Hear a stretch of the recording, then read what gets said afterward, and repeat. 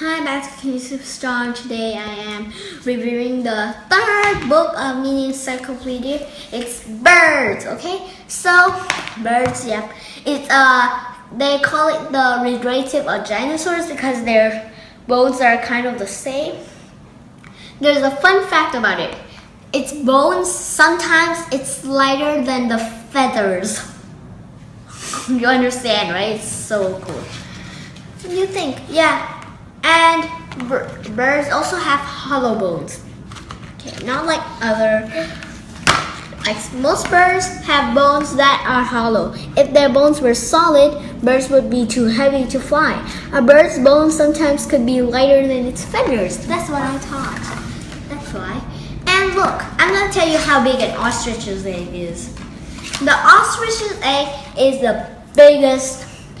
Ostriches are also the largest of all birds. Look, and its egg is so big. Look in ostrich egg. It's this big compared to a chicken egg. Sad. And most birds can fly. And I have things. There's songbirds. There's flightless birds and flying, and there is game birds. These game birds mostly does not fly, like the peacock. The peacock is, I call it the most beautiful bird ever. Yeah, it's so cool. It's so beautiful, but it is now very endangered. The peacock really likes cleanness. The peacock, people like to use, to get peacock by putting a bamboo tree here with all the spikes in it, and then the peacock would use his neck to get it up, and then when it's using it can't get it out, right? So the hunter just use kind of like something and then shoot it. That's so sad, right? Look, and there's also this mockingbird. Mockingbirds gets its name because it could copy other birds' song. This is an interesting fact. And migration. You know, when they migration, they kind of know how to write. They be a V. V. Sometimes people call it V for vocation. Yeah.